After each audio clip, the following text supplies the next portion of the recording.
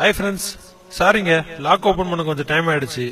சரி, ஓகே, வாங்க நம்ம இப்போ டாபிக் உள்ள போவோம். இந்த உலகத்துல வாழ்ற ஒவ்வொரு உயிரினங்களுக்கும் தனி அடையாளம் இருக்குங்க. அது போலதாங்க மனிதர்களான நம்மளுக்கும் ஒரு தனிப்பட்ட அடையாளம் இருக்கு. ஞாபகம் வருதாங்க? இந்த காடை போய் வாங்க, நாம குடும்பத்தோட போய் லைன்ல நின்னு போட்டோ எடுத்து லாஸ்ட்ல ரைட் தம்ப வை லெப்ட் தம்ப வைன்னு நம்ம பிங்கர் பிரிண்ட், அதாவது விரல் ரேகையை வாங்கினாங்கல்ல, அதை பத்தி தாங்க நம்ம இன்னைக்கு பார்க்க போறோம். ஒரு தாயோட கருவறையில இருக்கக்கூடிய குழந்தைக்கு அதோட 4வது மாசத்துல தாங்க அதுக்குன்னு உள்ள தனிப்பட்ட அடையாளமான பிங்கர் பிரிண்ட், அதாவது விரல் ரேகை உருவாகுதுங்க. அது அந்த மனிதன் இந்த உலகத்துல வாழ்ற காலம் வரைக்கும் அதுல எந்த ஒரு மாற்றமும் ஏற்படுறது இல்லைங்க. அதாவது இப்ப இந்த உலகத்துல சுமார் 750 கோடி மக்கள் வாழ்றாங்க.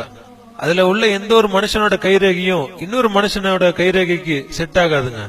எந்த அளவுக்குன்னா, இதுக்கு முன்னாடி இருந்தவங்களும் சரி, இதுக்கு மேல இந்த உலகத்துல பிறக்க போறவங்களா இருந்தாலும் சரி, அது இன்னொரு மனிதனுடைய விரல் ரேகைக்கு பொருந்தாதுங்க. அதாவது செட்டே ஆகாதுங்க.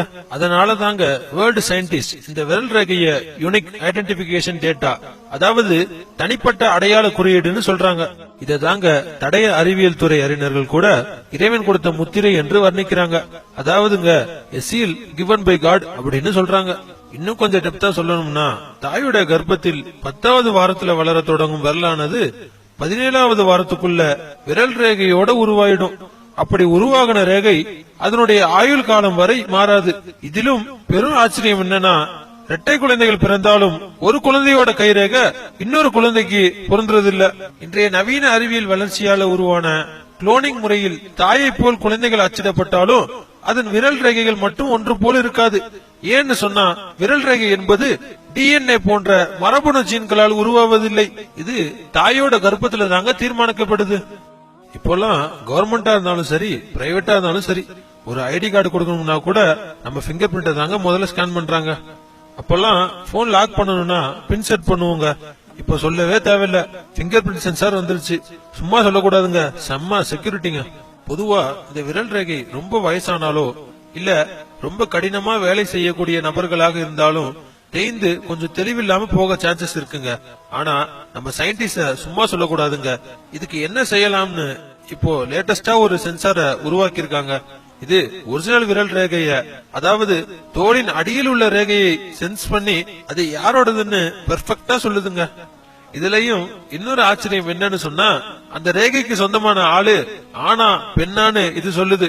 அது எப்படின்னு கேக்குறீங்களா? இதெல்லாம் நம்முடைய விரல் ரேகையில வேர்வை சுரப்பிக்குள்ள இருந்து படியும் அமினோ அமிலங்கள், அதாவது அமினோ ஆசிடோட அளவை அளந்து அந்த ரேகை ஆணுடையதா பெண்ணுடையதா என்று கணிக்க முடிகிறதுங்க. இயற்கையாகவே இந்த அமினோ ஆசிட் ஆணை காட்டிலும் பெண்ணுக்கு 2 மடங்கு சுரக்குதுங்க. இந்த பிங்கர் பிரிண்ட நடைமுறைக்கு கொண்டு வந்தது 1880 தாங்க. அதுவும் இங்கிலாந்தை சேர்ந்த பிரான்சிஸ் கால்டன் என்ற அறிஞரால தாங்க இது கொண்டு வரப்பட்டது.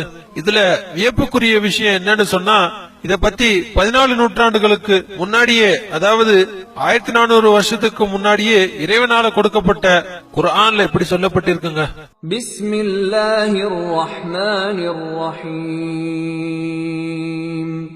أيحسب الإنسان أن لن نجمع عظامه بلى قادرين على أن نسوي بنانه.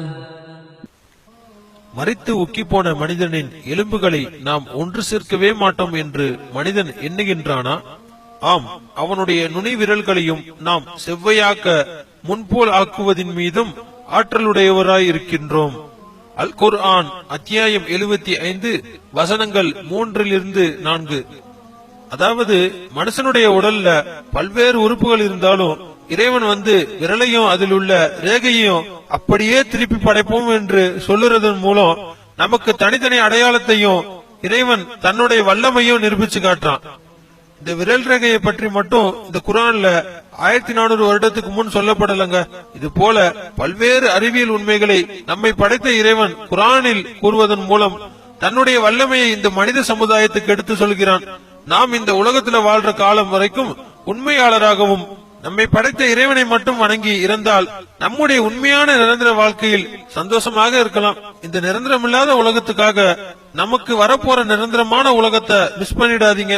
كل نفس ذائقة الموت وَإِنَّمَا تُوَفَّوْنَ أُجُورَكُمْ يَوْمَ الْقِيَامَةِ فَمَنْ زُحْزِحَ عَنِ النَّارِ وَأُدْخِلَ الْجَنَّةَ فَقَدْ فَازَ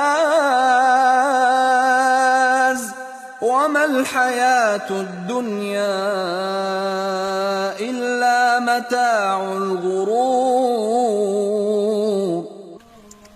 ஒவ்வொரு ஆத்மாவும் மரணத்தை சுவைக்கக்கூடியதே.